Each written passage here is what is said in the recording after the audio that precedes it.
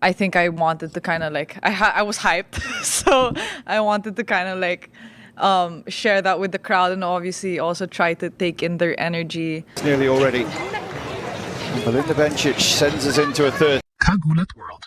Tuloy-tuloy ang pagyanig ni Alex Ayala sa Toronto dahil matapos lampasan si Katie McNally sa isa na namang matinding 3-set battle. Narito na ang Filipina superstar sa round of 16.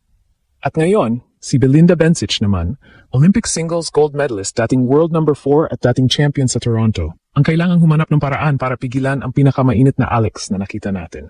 This is no longer the Alex who simply enters a big match hoping to surprise a superstar. This is a WTA champion walking into Toronto with 7 consecutive victories, growing confidence, and an increasingly dangerous reputation. After beating McNally 6-3, 5-7, 6-4, Alex extended the longest winning streak of her professional career.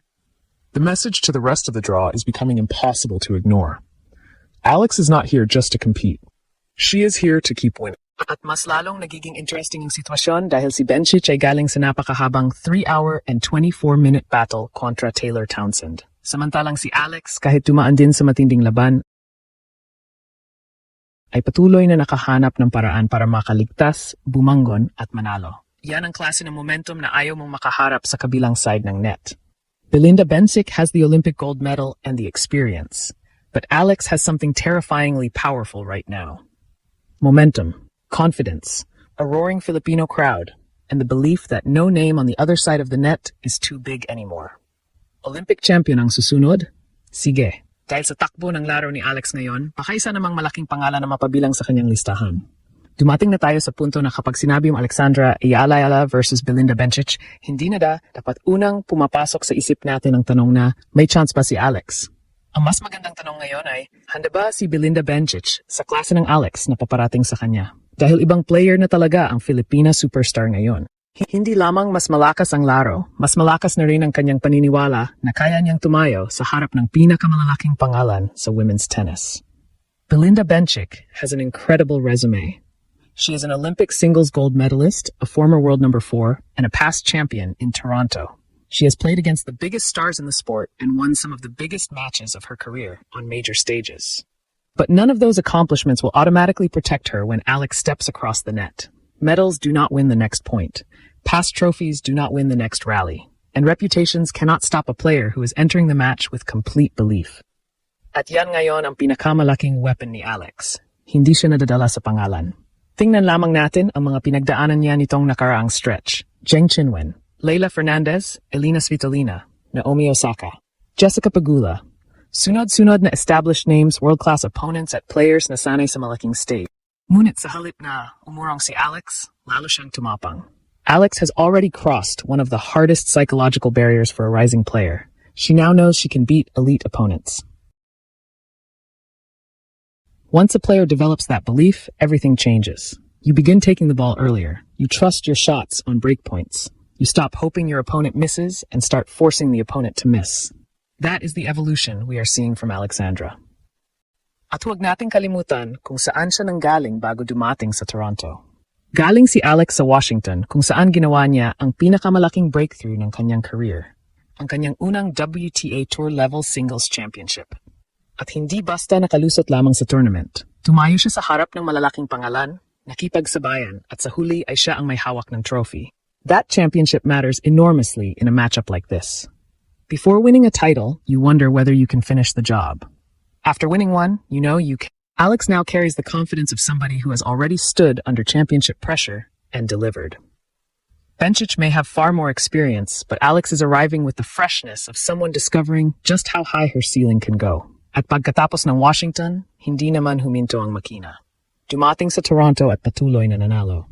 Laban kay Katie McNally, hindi naging perfect ang performance. Nakuha ni Alex ang opening set, natalo sa second set, kinailangang dumaan sa deciding set at nagkaroon pa ng concern matapos madulas. Pero ano ang ginawa niya? Nanalo pa rin. And that may be even more impressive than an easy straight sets victory.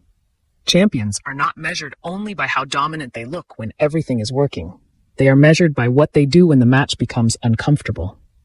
Alex has now repeatedly shown that she can survive those moments. Dito dapat maging alerto si Bencic.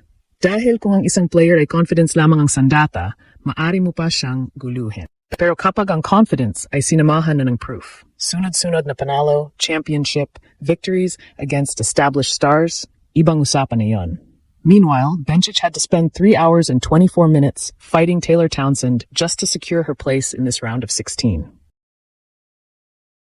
She lost the first set tiebreak, had to survive another tiebreak in the second, and then battle through a deciding set. She showed tremendous toughness, but she also had to invest a huge amount of physical and emotional energy. At ngayon, pagkatapos ng marathon na iyon, sino ang naghihintay? Alexandra Ayala, isang kaliweteng aggressive player, isang bagong WTA champion, isang player na 7 sunod na laban nang hindi natatalo, at isang player na may buwang Filipino crowd na halos ginagawang home court ang Toronto. This is also their first tour-level meeting, and that can work beautifully in Alex's favor. Bencic can watch all the videos she wants, but experiencing Alexandra's timing, left-handed patterns, early ball striking, and return pressure in a live match is completely different. Kaya Olympic gold medalist si Bencic, pero hindi medalya ang haharapin ni Alex. Isang tennis player ang haharapin niya. And right now, Alex has every reason to believe she can beat her. Kung pag-usapan naman ang actual matchup, maraming dahilan kung bakit pwedeng maging nightmare si Alex para kay Belinda Bencic. Una sa lahat, hindi passive player si Alex. Hindi niya kailangang hintayin na magkamali ang kalaban.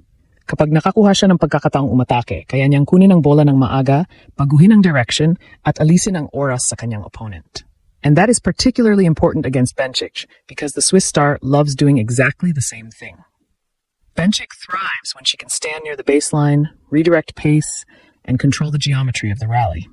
But Alex has the tools to challenge her for that territory. If Alex can take away Bencic's time first, suddenly the Olympic champion becomes the one reacting instead of dictating.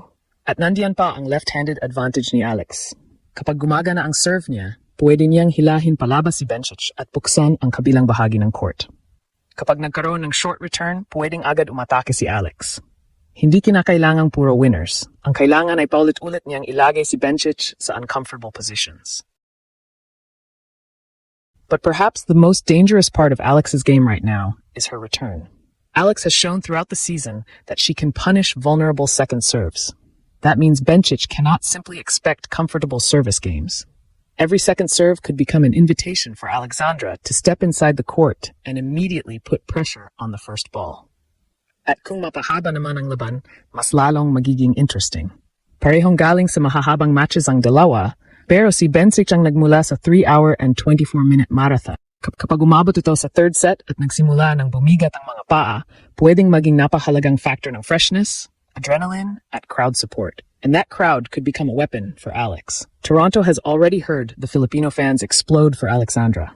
Every breakpoint, every passing shot, every long rally that Alex wins can turn into noise and energy. For Alex, that energy can become fuel. For Bencic, it can feel like the entire stadium is leaning toward the other side of the net.